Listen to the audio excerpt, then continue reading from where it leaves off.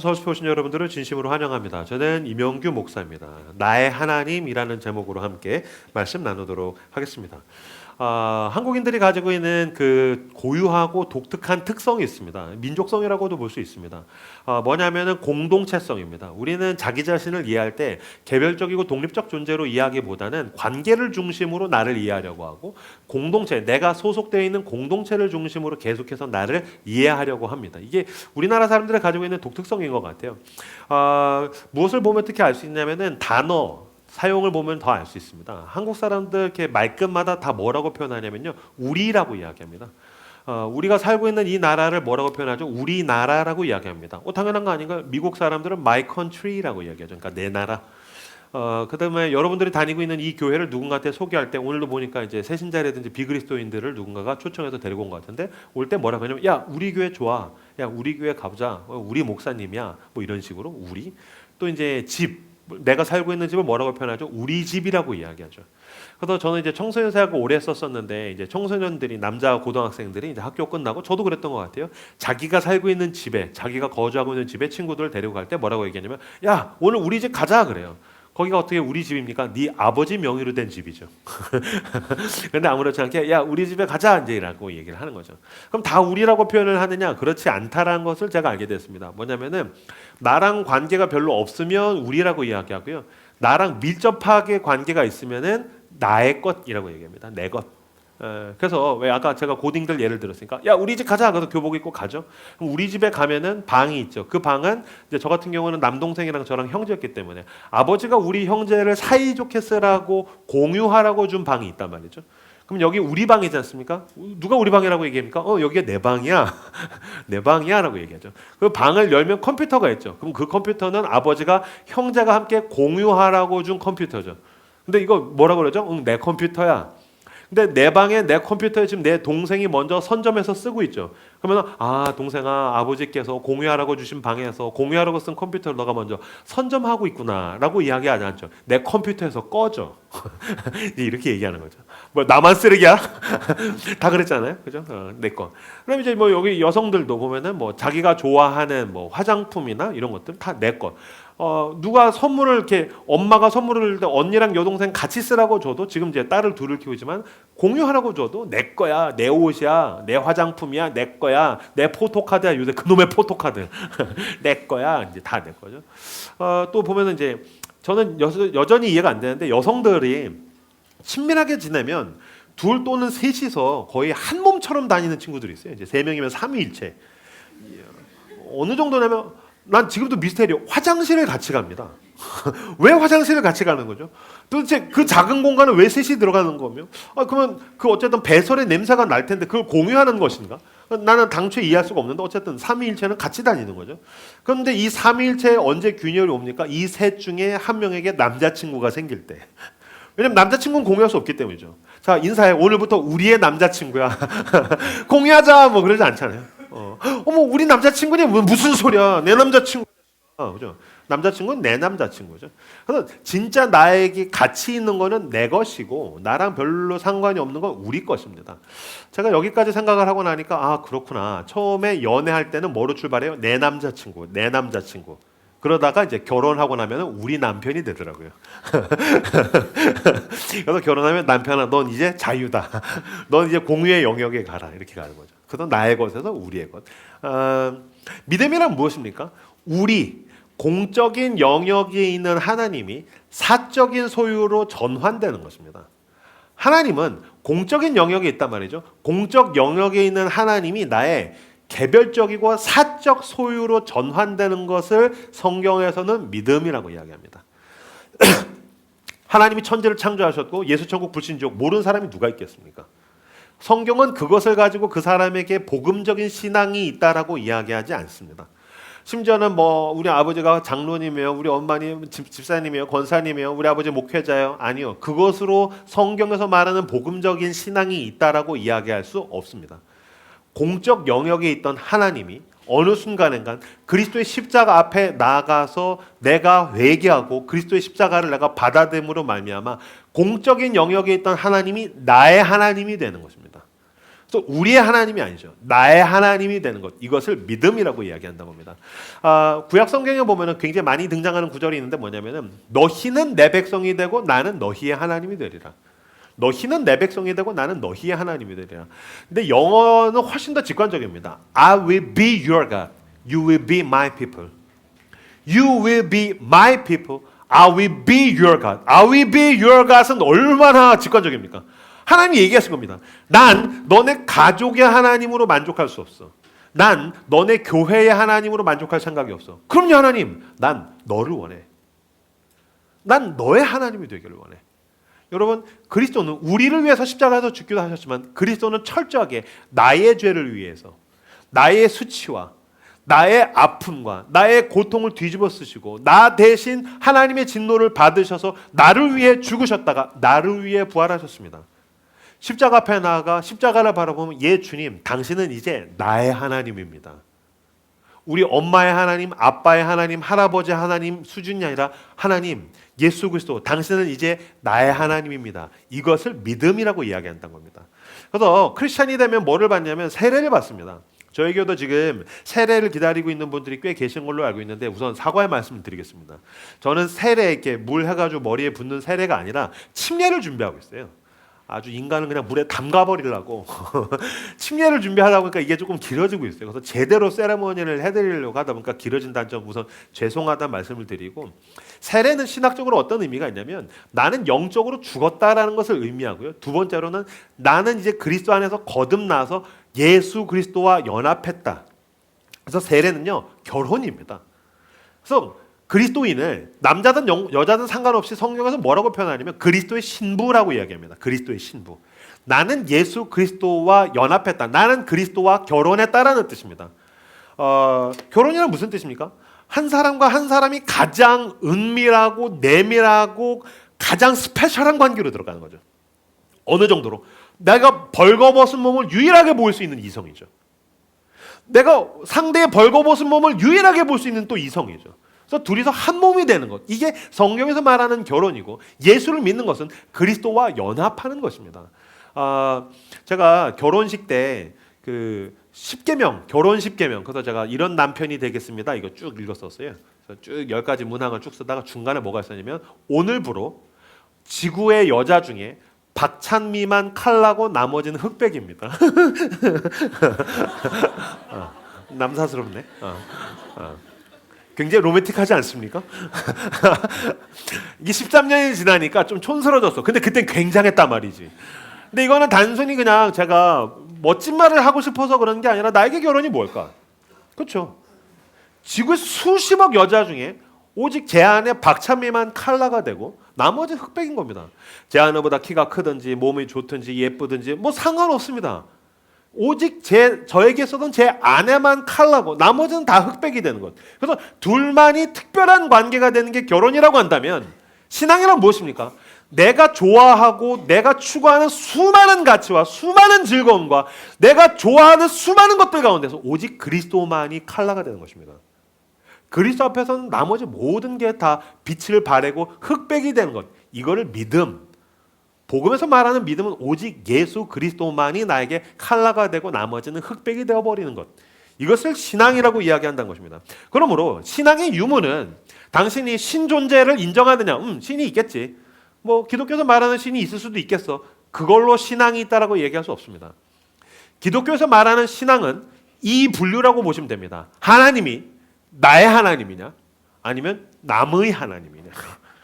그러니까 뭐 그건 배우자일 수도 있고 연인일 수도 있고 우리 집안일 수도 있고 우리 교회일 수도 있지만 하나님이 나의 하나님이냐 아니면 남의 하나님이냐 이것으로 신앙의 유무를 따질 수 있고 오늘 여러 가지 성경 본문들 통해서 나의 하나님을 가진 사람과 남의 하나님을 가진 사람이 어떻게 대비가 되는가를 여러 가지로 우선 살펴보려고 합니다. 자, 첫 번째 창세기 28장 10절 말씀 야곱을 통해서 한번 살펴보도록 하죠. 같이 화면을 보고 읽겠습니다. 시작. 지난주에도 야곱에 대해서 살폈는데 제가 사랑하는 친구 중에 이제 시광교회를 개척한 이정규 목사님이 있는데 저희 교회도 왔었었죠. 지난 사경회 때 그 목사님의 야곱 시리즈 설교를 듣다가 너무너무 감명을 받아서 이걸 좀 더 언급을 하고 싶더라고요. 자, 야곱은 쌍둥이로 태어났습니다. 믿음의 조상의 계보에 있죠. 할아버지는 아브라함, 믿음의 조상 아브라함은 아브라함. 그 아들은 이삭. 하나님께 번제로 바쳐줬던 완전 순종, 전적인 순종의 인물 이삭. 그 다음이 야곱입니다. 근데 야곱은 쌍둥이입니다. 이란성 쌍둥이입니다. 첫째는 에서고요. 둘째가 야곱입니다. 근데 에서는 어떤 사람입니까? 에서란 이름 자체가 온몸이 불다라는 뜻입니다. 그래서 이게 그냥 시뻘겋다는 뜻이 아니라 온몸이 근육이고 털이 많고 붉다. 남성성 최대치. 이렇게 생각하시면 되겠습니다. 그래서 직업이 뭡니까? 직업이 사냥꾼입니다. 아, 그냥 사냥을 했나 보다라고 생각하시면 안 되죠. 당시에는 유목민족이었기 때문에 노마드, 양이나 염소가 전 재산이 되었을 때 사냥꾼, 나가면은 짐승을 잡아온다는 건 무슨 뜻일까요? 그 사람은 엘리트입니다. 그러니까 양이랑 염소 한 마리가 너무너무 소중한데 나갔다 하면 양이랑 염소를 잡아요. 짐승을 잡아요. 고기를 잡아요. 이 사람은 그 동네의 슈퍼 엘리트입니다. 그래서 에서는 그 마을에서 모든 남자들에게 선망의 대상입니다. 왜 그런 사람도 있지 않습니까? 남자들 사이에서 와, 저 형 쩐다. 저 형 장난 아니다. 그다음에 이제 자매들 사이에서는 와, 저 오빠랑 진짜 한번 연애 한번 해보고 싶다. 그러니까 모든 마을에서 추앙받는 남자가 에서인데 불행하게도 우리 형이 에서예요. 동생 야곱은 어떤 사람이죠? 온몸이 매끈하고 털이 없더라. 지금은 이제 온몸이 매끈하고 털이 없으면 뭐 꽃미남인가 보다 그러는데 당시에 야곱은 천막에서 죽 쓰고 있단 말이죠. 제가 지난주에도 말씀드렸지만 지금이야 뭐 부엌에서 남자들이 요리하면 아유 우리 아들 뭐 백종원이 될라나 보네 그런 시대지만 저는 46인데 저 10대 때만 해도 부엌에 들어가면 어머니가 남자 자식이 왜 부엌에 들어가냐 그런 시대였단 말이죠. 벌써 30년 전만 해도. 근데 3000년 전이면 여러분 남자가 부엌에 와 있다는 건 무슨 뜻입니까? 얘는 사람 노릇을 못하는 겁니다. 얘는 남자 구실을 못하는 애. 근데 불행하게도 우리 형은 가장 남자다운 애서 얼마나 힘들겠습니까? 아마 여러분 가운데도 그런 사람 있죠. 나는 그냥 버젓하게 내가 열심히 나름 최선을 다해서 살고 있는데 불행하게도 우리 형은 뭐 의대, 우리 형은 법대, 우리 형은 뭐 우리 동네에서 제일 잘 나가고 뭐 우리 언니는 우리 동네에서 제일 예쁘고 그러니까 너무 화가 나는 거죠. 또 드라마에도 있지만 여러분 실존합니다. 막 형 첫째 형은 의대, 둘째는 법대, 그럼 셋째는 오토바이 타는 겁니다. 으아, 씨, 내가 뭘 잘못했냐고 이제 분노를 가지고서 어쩔 줄 몰라서 방황을 하는 거죠. 그러니까 이런 인생이 이제 야곱이라고 생각을 하시면 되겠습니다. 얼마나 힘들었겠습니까?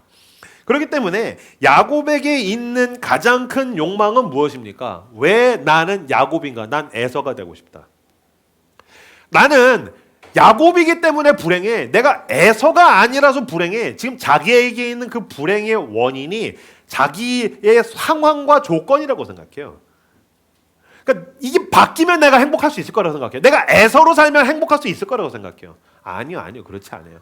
야곱 시리즈를 잘 읽어보세요. 상황과 조건이 바뀐다고 행복해지는 게 아니라 내가 바뀌어야 행복해지는 거예요. 사람들은 환경이 문제라고 생각해요. 상황이 문제라고 생각해요. 아니요. 성경은 집요하게 내가 문제라고 이야기해요. 저희 교회는 지방에서 상경한 청년들이 굉장히 많아요. 지방 곳곳에서 와서 서울에 정착해서 교회를 찾다가 온 청년들이 저희 교회는 굉장히 많죠. 근데 제가 요새 여름 집회 수련회 기간이라 가지고 지방에 이제 집회 투어를 쭉 다니고 있어요. 막 온갖 광역시와 도시들 쭉 지방들을 쭉 다니는데 제가 지방에 집회를 다니다 보니까 알게 된 게 있어요. 뭐냐면요. 지방에 있는 청년들은 묘한 열패감이나 자괴감이 있다는 사실 제가 알았어요. 무슨 말이냐면요. 여러분 부산 그러면 대한민국 제2의 도시 아닙니까? 어마어마합니다. 부산 그 해운대 센텀 같은 데 가면 진짜 굉장합니다. 근데 쭉 대화를 하지 않습니까? 그러면 은밀한 가운데 뭐가 있냐면은 부산 청년인데도 똑똑하고 약삭 빠르고 발 빠른 놈들은 다 서울 같고 나는 왠지 부산에 그냥 남겨진 것 같다라는 느낌. 대전, 대구 내 친구들 중에서 똑똑하고 공부 잘하고 빠른 놈들은 잘 먹고 잘 사는 놈들은 다 서울 이사 간 것 같고 왠지 나만 대전, 대구 이 지방에 남아 있는 것 같다라는 느낌들을 알게 모르게 깊이 갖고 있더라고요. 그래서 제가 요새 집회 투어 다니면서 무슨 얘기 해주냐면 그렇지 않다고. 그러면 지방에서 서울로 상경하면 얘네는 상황이 바뀌니까 행복할 것 같냐고. 그렇지 않다고. 지방에서 상경하면은 지 월급으로 원룸에 월세를 내야 되는 청년과 태어날 때부터 서울에 집이 있는 청년이 있다고. 그러면 태어날 때부터 서울에 집이 있는 청년은 행복하냐? 아니라고. 강북에 있느냐 강남에 있느냐가 다르죠. 그렇죠? 그러면 강남에 집이 있으면 행복합니까? 아니죠. 방학 때 해외에 한 달 동안 여행을 갈 수 있느냐 그렇지 않느냐가 다르죠. 그럼 여행을 가면 행복합니까? 아니죠. 이민을 갈 수 있을 정도의 경제적 자유가 있느냐? 마음대로 갈 수 있느냐? 아니면 그냥 먹고 살려니 서울에서 일해야 되느냐가 또 다르죠. 그러니까 우리는 조건과 상황이 바뀌어야 내가 만족하고 조건과 상황이 바뀌어야지 내가 행복할 수 있다고 생각하는 거죠. 아니요. 여러분, 환경이 아무리 바뀌어도 내가 바뀌지 않는 한 당신은 만족할 수 없어요.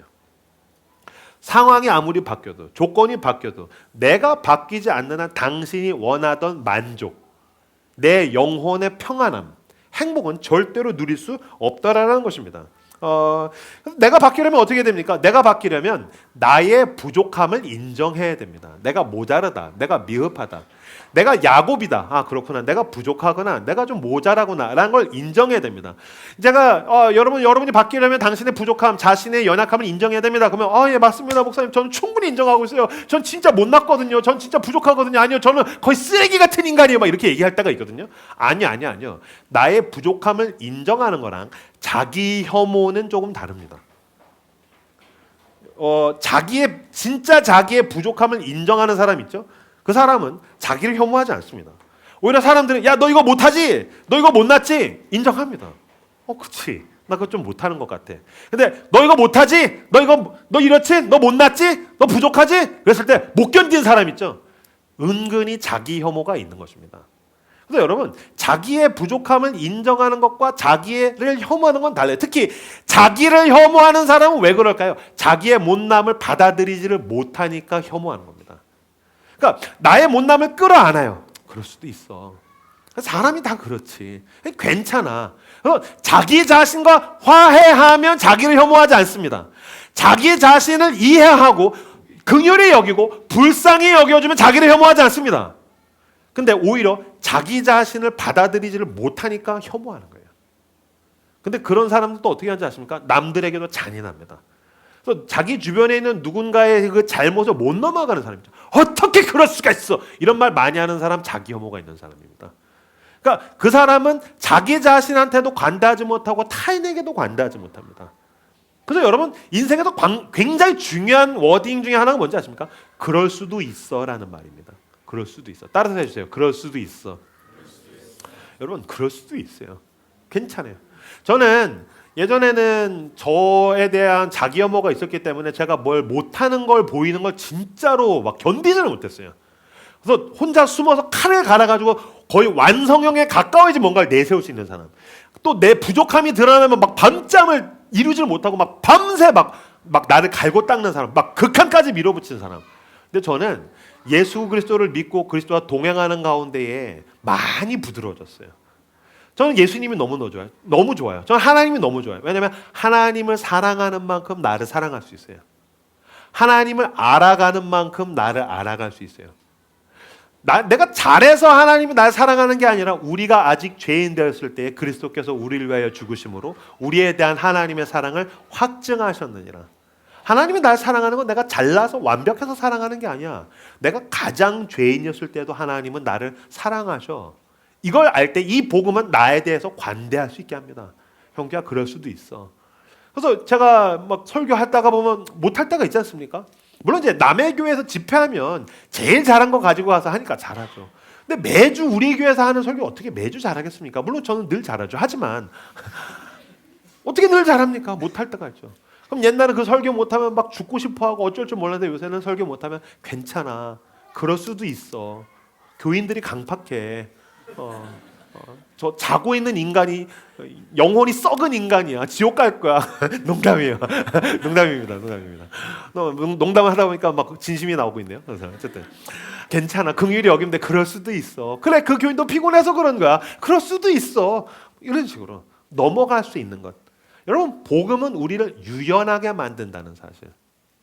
죄인인 나 스스로 끌어안고 용납하게 해주고 내 주변에 있는 죄인들을 끌어안고 용납하게 해주는 힘이 복음에 있다는 것입니다. 근데 내가 야곱이야. 난 부족해. 난 형편없어. 나는 연약해. 이거를 받아들이지 못하면 내 실존은 막 시궁창 같고 거지 같은데 욕망은 애서죠. 그러니까 이 간격에서 오는 스트레스를 견디지를 못하는 거죠. 그래서 결국에 그 끝이 어디 있겠습니까? 공황장애입니다. 그 끝은 우울증입니다. 그러니까 여러분, 하실 수 있다면 여러분의 시간과 돈과 에너지를 들여서 당신의 영혼의 힘을 키우셔야 됩니다. 시간을 떼셔서 아무리 바빠도 기도하시고 아무리 바빠도 성경을 읽으시고 아무리 바빠도 교회에서 하는 훈련 받으시고 심지어 당신의 시간과 돈을 투자해서라도 당신은 내면의 내적인 영적인 힘을 키우는 거는 당신이 자기를 혐오하느라 치르는 기회비용에 비하면 적을 것입니다. 무슨 말인지 아시겠어요? 여러분들을 피곤하게 만든 거 있죠. 이렇게 자기 혐오에 의해서 치르게 되는 기회비용이 너무너무 큽니다. 그게 채워지지 않으니까 계속 가가지고 쇼핑하는 겁니다. 여행을 아무리 해도 그거 채워지지가 않습니다. 그건 내가 뭐 술을 진탕 마신다고 되는 게 아니고요. 계속 나중에는 그게 쌓이고 쌓이면 상담받고 우울증약 먹고 공황장애 오고 결국에는 그 끝은 내가 이 도시에서의 삶을 견디지를 못하게 됩니다. 다 왜 그럴까요? 내가 너절하고 비루한 야곱이라는 것과 화해가 안 돼서 그렇습니다. 그런 가운데 야곱이 브엘세바에서 떠나 하란으로 향하여 가더니 야곱이 에서가 되기 위해서 에서인 척 거짓말해서 에서의 장자의 축복을 받았더니 행복해졌습니까? 아니요. 형 에서가 죽이겠다고 쫓아오니까 브엘세바에서 떠나 하란으로 도망가게 됩니다. 제가 말씀드렸죠. 이거 1000km입니다. 직선거리 800km, 길이 1000km입니다. 무슨 뜻입니까? 내가 내 스스로 내 삶을 엉망진창으로 만들어버린 겁니다. 여러분, 제가 이거 되게 강조하셨습니까? 결국에 나를 힘들게 만드는 건 나 자신입니다. 결국엔 내 삶을 엉망진창으로 만드는 건 나 자신입니다. 아니, 내 주변을, 내가 사랑하는 사람과 내 주변을 엉망진창으로 만든 건 나 자신입니다. 그래서 야곱이 자기 욕망 때문에 그 주변을 쑥대밭으로 만들고 엉망진창으로 만들어버린 다음에 도망자의 삶을 살게 되더라는 거예요. 그 다음 구절 창세기 28장 11절 띄워주시죠. 같이 읽겠습니다. 읽겠습니다. 시작.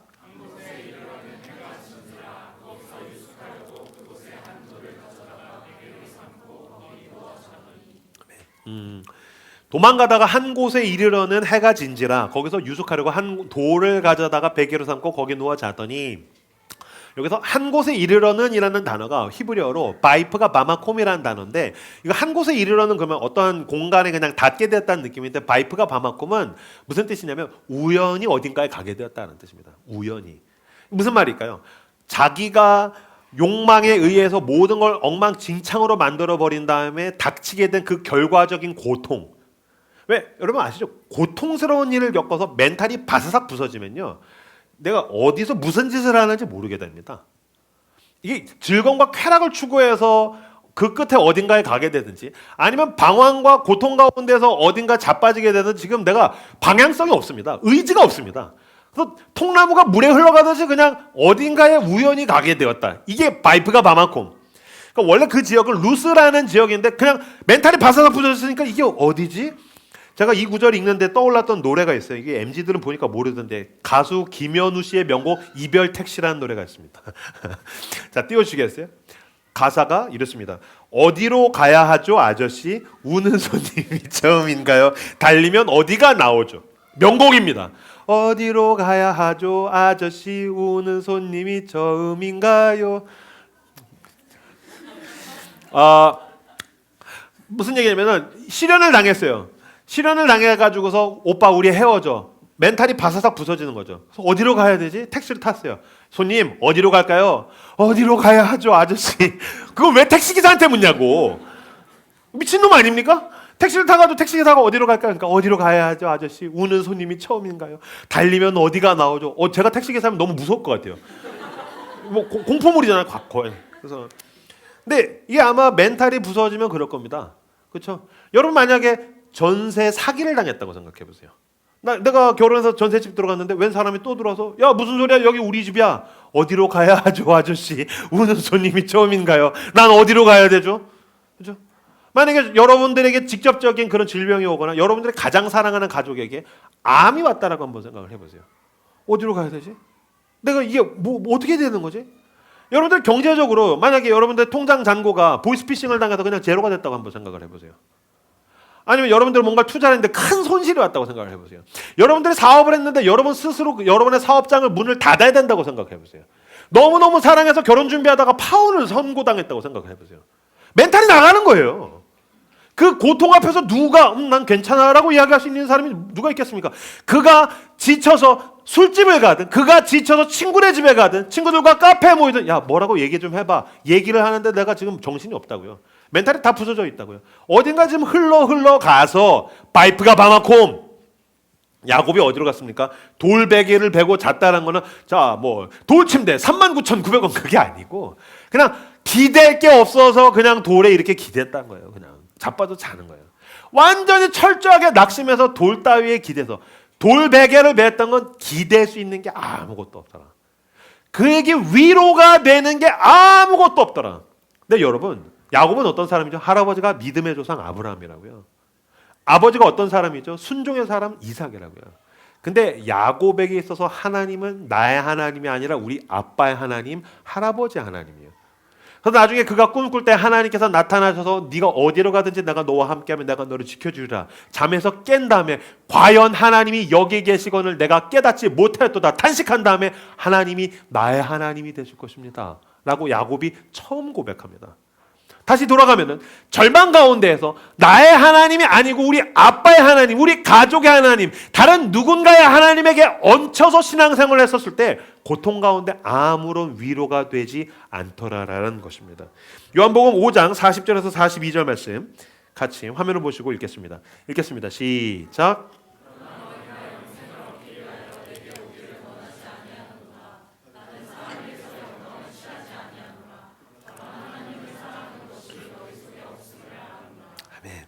예수님께서 이야기하십니다. 너희가 영생을 얻기 위하여 내게 오기를 원하지 아니하는도다. 너가 나에게 오기를 원하지 않는구나. 너네는 내가 주는 것만을 원하지. 너는 내가 네 문제와 네 상황을 바꿔주길 원하지. 너는 내가 너에게 어떤 선물을 주길 원하지. 너는 나에게서 어떤 능력이 나타나길 원하지. 근데 너는 나를 원하지 않아. 여러분, 이게 얼마나 배신감이겠습니까? 만약에 제 아내가 저한테 어느 날 저녁에 여보, 당신이 월급 벌어오는 게 너무 좋아. 당신 유튜브 설교 너무 좋아. 당신이 사역하는 게 너무 좋아. 당신이 사준 선물 너무 좋아. 당신이 집안 청소해주고 설거지해줘서 너무 좋아. 근데 당신이 나한테 가까이 오는 건 좀 싫어. 당신이랑 가까이 있는 건 난 조금 싫어. 그럼 이게 사랑 고백입니까? 배신감이죠. 여러분, 마찬가지로 그리스도께서 당신에게 뭐라고 얘기하시겠습니까? 너는 내가 너에게 선물 베풀어 준 걸 좋아하지. 너는 나에게 복 받기를 원하지. 넌 건강하길 원하고 취업이 잘 되길 원하고 넌 연애하고 결혼하길 원하고 너는 서울에서 집을 얻기를 원하고 너가 하고 있는 프로젝트들이 잘 되길 원하고 너는 사람들에게 많은 인정을 받고 사랑받길 원하지. 그러나 너가 영생을 얻기 위하여 내게 오기를 원하지는 않는구나. 넌 나를 원하지는 않는구나. 이건 주님께 얼마나 큰 배신감일 수 있겠습니까? 믿음이란 무엇입니까? 예수 그리스도가 나의 하나님이 되는 것입니다. 그리스도가 나의 것이 되는 것입니다. 믿음은 하나님을 소유하는 것입니다. 많은 사람들이 개별적으로 자기에게 있는 것들, 자기 소유를 원하지 않습니까? 여러분, 혹시 친구가 이렇게 뭘 좋은 일이 생기면 덩달아 물론 공감할 수는 있지만 사실 질투하잖아요. 그래서 그게 내 것이 되기를 원하잖아요. 친구가 여행 갔어요. 막, 나 이제 여행 안 해도 좋아. 뭐 그런 분들이 여기 있겠어요? 내가 가야 되는 거잖아요. 친구가 맛집에 갔어. 나 이제 나 안 먹어도 배불러. 누가 그래요? 지가 가서 처먹어야 되는 거지. 그렇잖아요. 근데 왜 신앙은 남의 신앙으로 만족하고 있죠? 왜 그냥 좋은 교회를 다니면 내가 믿음이 좋다라고 생각하죠? 내가 좋은 설교를 들으면 내가 하나님의 말씀을 풍성하게 들었다라고 생각하는 거죠? 아니죠. 내가 일주일 가운데 내가 성경을 읽어야 되는 거죠. 내가 기도해야 되는 거죠. 내가 묵상해야 되는 거죠. 내가 나의 하나님과 동행해야 되는 건데 우리는 계속 옆 사람의 하나님, 집안의 하나님, 좋은 교회의 하나님, 이명규 목사가 간증하는 이명규 목사의 하나님을 자기 하나님인 것처럼 오해하고 살더라는 거예요. 저는 청소년 사역 오래 했었는데 그런 애들 많이 봤어요. 중고등 중에 남자애들 뭐 그런 애들 많아요. 친구가 옆에서 큐티 책을 꺼내면 지가 흐뭇해요. 너 큐티 하는구나. 지가 해야죠. 내가 해야죠. 여러분, 우리 교회는 매주 어디선가 청년들이 몰려들고 있습니다. 새로운 성도들이 몰려들고 있습니다. 아니요. 내가 전도해서 내가 복음을 드러내고 내가 누군가에게 그리스도를 소개해서 내가 그 사람을 그리스도께로 끌고 오는 것과 그냥 이 교회 사람들이 몰려드는 건 별개이죠. 물론 우리 교회는 신실하게 기도하고 선교하고 구제하는 사람도 있습니다. 근데 자기의 시간과 돈을 떼어서 선교하는 사람과 그냥 거기에서 그냥 같이 있는 건 별개일 수 있죠. 여러분들이 이 자본주의 사회에서 내 손에 좋은 게 주어지기를 원한다면 그 좋은 것이 주어지기 원하는 것 중에 내 거 중에 최고 예수 그리스도. 죄송합니다. 오늘 자꾸 이렇게 노래 부르지. 그러나 여러분, 믿음은 그리스도가 내 것이 되는 것입니다. 특히 하나님이 나의 하나님이 될 때, 그리스도가 나의 주가 되실 때에 그가 내가 고통 가운데 가장 큰 위로와 힘이 되지만, 남의 하나님은 내가 고통 가운데 있을 때 아무런 위로가 되지 않습니다. 본문 하나 더 살펴볼까요? 다니엘서 6장 19절에서 20절 말씀 같이 화면 보시고, 앞에 화면 보시고 읽겠습니다. 읽겠습니다. 시작.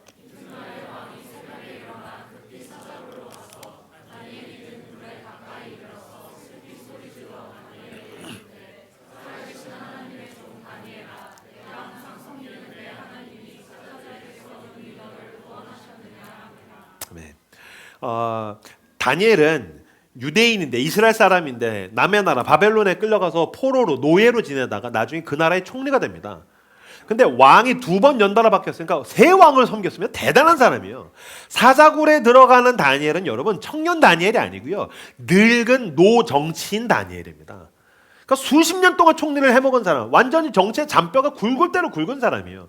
근데 총리를 하도 해먹으니까 정치적 적수들이, 야 저거 저 자리 좀 뺏자, 저거 함정을 좀 이렇게 해서 먼지를 좀 털어봐라, 약점이 뭐겠냐, 탈탈 털었더니 나온 게 그의 신앙이었습니다. 오케이, 저 신앙으로 걸고 넘어지자. 그래서 왕에게 가서, 왕이여 당신은 신적인 존재입니다. 당신의 신상을 만들고 모두 거기에 절하게 만들고 다른 신이나 다른 종교에 절하는 사람들은 사자굴에 넣어버리시죠. 왕이 좋아했습니다. 오케이. 그리고서 조서에 도장을 찍고 법령을 선포를 했는데, 문제는 그 왕이 제일 아끼는 총리였던 다니엘이 걸려들었던 거죠. 그래서 법을 만들었으니 어쨌든 다니엘은 사자굴에 들어가게 됩니다. 왕이 밤잠을 설치게 됩니다. 19절, 6장 19절에 보면 이튿날에 왕이 새벽에 일어나 급히 사자굴로 가서, 무슨 말이냐면요, 왕이 밤에 잠을 하나도 못 잤습니다. 그러니까 새벽에 일찍 일어나서 간 게 아니라 밤잠을 못 이뤘습니다. 왜? 내가 제일 아끼는 다니엘의 사자굴에 들어가서 죽는다고 생각하니까 너무너무 슬프고 마음은 아프고 그 상실감 때문에 밤에 잠을 한숨도 못 잡니다. 근데 여러분 이상하지 않아요? 왕이잖아요. 그럼 모든 걸 다 가진 존재잖아요. 그럼 왕이면 이 정도는 그냥 문제를 해결할 수 있는 거 아닐까요? 그럼 모든 조건과 상황을 다 자기가 원하는 대로 지배할 수 있으니까요. 아니요. 고통 가운데에서도 왕은 아파해요. 근데 고통 가운데에서 왕, 모든 걸 다 가졌을지라도 어쩔 수 없는 것들이 있다는 거고, 특히 하나님이 나의 하나님이 아닐 땐 더더군다나 위로가 없다는 걸 오늘 본문을 통해서 알 수 있어요. 20절 보세요. 다니엘이 든 굴에 가까이, 왕이 가까이 이르러서 슬피 소리질러. 그럼 밤새 슬펐을 거예요. 슬피 소리질러 다니엘에게 묻되, 살아계시는 하나님의 종 다니엘아. 여기까지는 뭔가 믿음이 있는 것 같죠. 근데 그 다음 구절 보시죠. 네가 항상 섬기는 내 하나님이 사자들에게서 능히 너를 구하나 하셨느냐. 좀 워딩이 약간 애매합니다. 무슨 말이냐면요, 왕이 다니엘에게, 다니엘아, 살아계신 하나님의 종 다니엘아, 너가 섬기는 너의 하나님이 너를 구원하셨느냐. 왕에게 하나님은 어떤 하나님이죠? 나의 하나님이 아니라 다니엘의 하나님이죠. 너의 하나님입니다. 남의 하나님입니다. 그렇기 때문에 그 다니엘의 하나님, 남의 하나님은 왕의 밤에 그 슬픔과 고통 가운데 아무런 위로가 되지 않은 겁니다. 만약에 이 왕이 하나님의 사람이었었어요. 그러면 다니엘이 사자굴에 들어갈 때 아마 그렇게 얘기했을 겁니다. 다니엘아, 내가 섬기는 나의 하나님이 널 지키실 거다. 내가 섬기는 나의 하나님은 신실하신 분이다. 내가 섬기는 나의 하나님은 나를 지키시는 분이다. 내가 섬기는 나의 하나님은 늘 나와 동행하셨고 늘 나의 기도 응답하셨다. 다니엘아, 난 기도할 거다. 그리고 그 하나님이 너를 지키실 것이다. 담대하게 가라. 그러나 그 왕에게서 하나님은 남의 하나님입니다. 그러니까 밤새 슬퍼하고서 슬피 소리질러, 다니엘아, 너가 섬기는 너의 하나님이 너를 지키셨느냐? 예, 하나님께서 나를 지키셨습니다. 다행이구나. 여러분, 하나님이 당신에게 있어서 나의 하나님입니까? 남의 하나님입니까? 당신이 연애와 인간관계와 돈과 질병과 수많은 문제 가운데 나의 하나님을 붙들고 있다면, 내가 섬기는 나의 하나님이 나를 지키실 것이지만, 남의 하나님을 붙들고 있다면 야곱이 돌 따위에 의지하듯이 어떠한 위로도 없다라는 것을 여러분들은 느끼게 될 것입니다. 하나님을 소유하십시오. 하나님을 붙드십시오. 그 하나님을 나의 하나님으로 삼고 하나님과 동행하시는 여러분들 다 되시길 주님의 이름으로 축복합니다. 빌립보서 3장 7절에서 8절 말씀 같이 화면을 보시고, 하나님을 소유한다는 것은 무슨 뜻입니까? 믿음은 무엇입니까? 같이 빌립보서 3장 7절에서 8절을 읽겠습니다. 시작.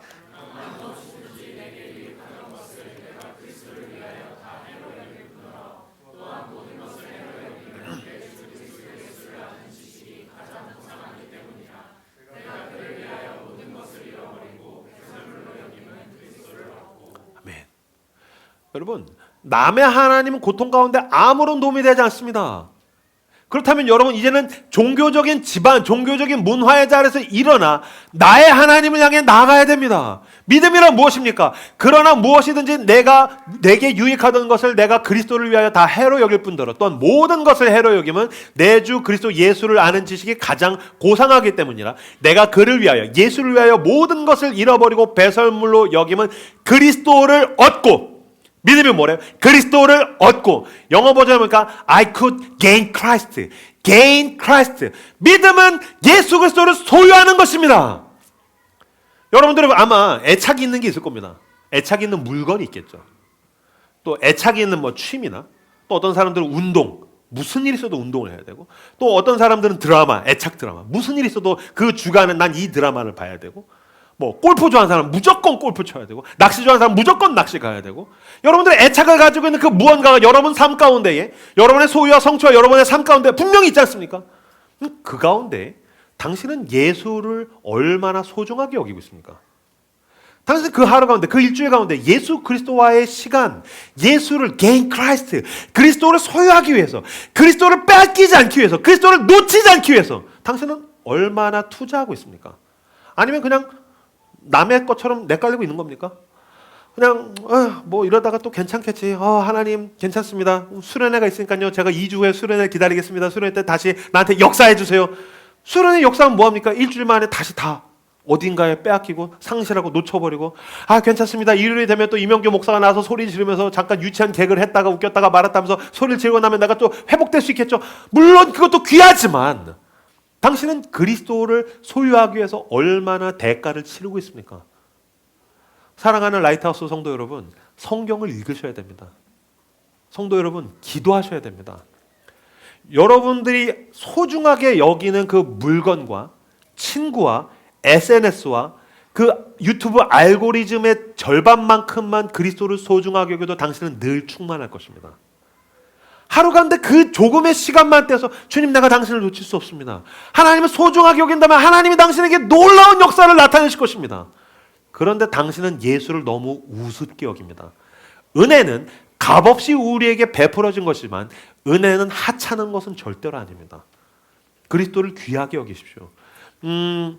제가 예전에 청소년 사역했었을 때 저희 교회에 그 약간 바보 캐릭터 같은 남자 녀석이 있었는데, 교회 앞에다 자전거를 세워놨는데 자전거를 도둑 맞았어요. 한국인들은 참 희한해요. 이렇게 핸드폰도 안 훔쳐가고 노트북도 안 훔쳐가는데 자전거를 훔쳐가요. 참 희한한 것 같아요. 그건 예나 지금이나 자전거는 아무나 거나 나 타도 된다고 생각하나 봐요. 그래서 자전거를 이렇게 훔쳐갔어요. 자전거를 훅 타고 가서 이 녀석이 와도 쌤! 저희 애들은 이제 저한테 쌤이라고 했기 때문에 쌤 어떻게 해요? 큰일 났어요. 그래서 왜? 자전거가 사라졌어요. 보니까 진짜 사라졌어요. 그래서 제가 그랬어요. 야, 이거 안 돼. 이제 못 찾아. 큰일 났어. 끝났어. 얘는 이미 이거 이제 자전거 타고 부산 갔어. 멀리 간 거야. 그냥 주님께서 좋은 데 쓰실라나 보다. 자선사업했다고 생각해. 글렀어. 에헤이, 조졌어. 안 돼. 근데 놀랍게도 이 녀석은 포기하지 않았어요. 이 녀석이 그 아침부터 저녁까지 하루 종일을 동두천 전역을 찾아다니는 거예요. 그 자전거를 찾아서. 그리고 저녁에 와서 막 터덜터덜 올려. 찾았냐서 못 찾았단 거여서. 막 못 찾는다니까. 이미 부산 갔다니까. 지금 저 시간이면 이제 아프리카까지 갔어. 넌 끝난 거야. 저는 이제 그렇게 얘기를 하고 다음날 됐는데 또 다음날 하루 종일 여름방학 때 그 더운 날씨 가운데 하루 종일을 찾는 거예요. 놀랍게도 동두천 저 반대쪽에서 쓰러져 있는 자기 자전거를 찾았어요. 전 이 이야기를 잊을 수가 없어요. 내가 그를 위하여 모든 것을 잃어버리고 배설물로 여김은 그리스도를 얻고, 당신이 그리스도를 얻기 위해서, 당신이 놓쳤던 그리스도의 손을 다시 붙들기 위해서, 당신 마음 가운데 소멸되고 있는 영성을 다시 성령의 불로 태우기 위해서 당신은 어떠한 몸부림을 치고 있습니까? 여러분, 대단한 게 필요하지 않습니다. 시간을 떼십시오. 무릎을 꿇으십시오. 성경을 펴십시오. 주님 앞에 기도하십시오. 부르짖으십시오. 너는 내게 부르짖으라. 내가 너에게 응답하겠고 네가 모르는 크고 비밀한 일을 너에게 보이리라. 주님은 반드시 응답하십니다. 그 나의 하나님을 붙들고 힘있게 우리 인생 가운데 닥쳐오는 모든 일들을 향해서 걸어 나아가시는 여러분들 다 되시기를 주님의 이름으로 축복합니다. 나의 하나님을 가진 사람들은 위력이 있습니다. 실로 위대한 힘이 있다는 뜻입니다.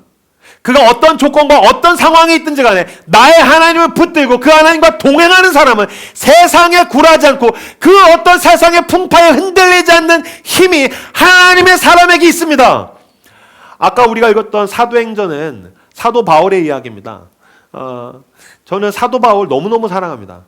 저는 성경에서 가장 사랑하는 사람은 사도 바울입니다. 근데 저도 20대 후반 30대 초반 때는 젊은 사도 바울이 좋았어요. 막 불굴의 의지를 가지고 선교를 하고 기적을 나타내고 막 바울서신, 제가 사랑하는 로마서를 막 써내려간 그 바울. 근데 이후에 제가 나이를 들면서부터 좋아하는 바울은 사도행전 후반에 나오는 은퇴한 선교사로서의 바울, 겸손한 바울. 이 바울이 너무너무 좋아요. 어쨌든 바울이 선교사로서 은퇴하고 이때 나이는 60입니다. 60 전후예요. 그러니까 노인입니다. 은퇴하고 왔더니 사람들한테 두드려 맞고 체포돼서 재판받습니다. 그래서 손에는 수갑을 차고 발에는 족쇄를 차고 두드려 맞아서 피떡이 돼가지고, 안 그래도 늙은인데 여기저기 얻어 맞아가지고서 배에 타고서 압송되어서 로마로 가는 중입니다. 로마에서 재판받기 위해서. 그럼 여러분, 로마로 가는 그 큰 배에는 어떤 사람들이 타고 있을까요? 우선 로마의 지식인들이 타고 있겠죠. 또 로마의 정치인들, 또 로마의 상인들, 그 다음에 로마 가고 싶어하는 여행객들, 그 다음에 군인들, 그 다음에 간수들, 그 다음에 죄수. 무슨 말이냐면요, 되게 유명하고 잘난 사람들은 그 배에 되게 많고요. 지금 바울은 그 배에 죄수로 가장 아래 칸의 감옥에 갇혀 있는 상태입니다. 그러니까 그 배에서 가장 비천한 신분을 가진 사람이 바울입니다. 근데 지금 그 배에 뭐가 왔습니까? 유라굴로 광풍이 왔습니다. 태풍이 폭풍에 몰아치니까 막 사람들이 짐을 버리기 시작합니다. 게다가 여러분, 지중해의 태풍은 이렇게 막 지랄 맞은 거로 유명합니다. 그러니까 이게 모든 배를 다 뒤집어 버리니까 너무너무 공포스러운 거죠. 사람들은 나중에는 야, 이거 차라리 스스로 죽는 게 낫겠다. 공포스러우니까. 그래서 모든 짐을 버리고 막 우왕좌왕하고 공포에 질려 있을 때에 정치인이라는 게 광풍 가운데 도움이 됩니까? 내가 이제 로마에 가서 내가 상인이라서 이 물건들을 팔면 나는 부자가 될 거야. 짐을 다 버렸다니까요. 나는 그리스 로마 철학의 정통한 지식이냐? 풍랑 가운데 아무런 도움이 되지 않습니다. 야곱이 돌베개를 매듯이 그들의 자기가 가지고 있는 게 아무런 위안이 되지 않아요. 그런 가운데 바울이 요청을 합니다. 이보시오, 간수 양반, 사람들을 모아주시오. 무슨 소리야? 꺼져. 가만히 앉아있어. 지금 밖에 풍랑 때문에 난리가 났어. 아니, 그러니까 선장님한테 얘기해서 내가 하나님께서 어제 나한테 하신 말씀이 있어서 제발 사람들에게 이야기를 하기를 원해서 그래요. 사람들을 좀 모아주시오. 간수가 선장에게 이야기했겠죠. 선장의 사람들을 쭉 모았을 겁니다. 그럼 거기에 로마의 정치인, 상인, 지식인, 군인들, 수많은 사람들이 몰려서 도대체 무슨 말을 하려고 하나. 근데 선장이 한 사람, 야, 불러. 그때 저쪽에서 간수가 한 죄수를, 족쇄 채워져 있고 수갑 차고 있는, 온몸을 두드려 맞아 있는 시커먼 죄수 하나가 이제 나오는 거죠. 그리고서 뭐라고 이야기합니까? 22절 말씀을 같이 읽겠습니다. 22절 읽겠습니다. 시작.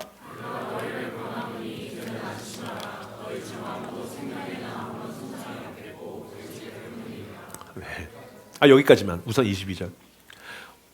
생각해보세요. 그 바울, 배 지하에 수십 명이 몰려 있는데 수갑을 차고 족쇄를 찬 가장 비참한 사람, 조건과 상황이 나를 만족하게 한다고요? 조건과 상황이 나에게 위로가 된다고요? 아니요. 족쇄 차고 수갑 차고서 두드려 맞은 죄수인 바울이 와서 풍랑 가운데 그 어떤 것도 위로가 되지 않는 사람들에게 이야기합니다.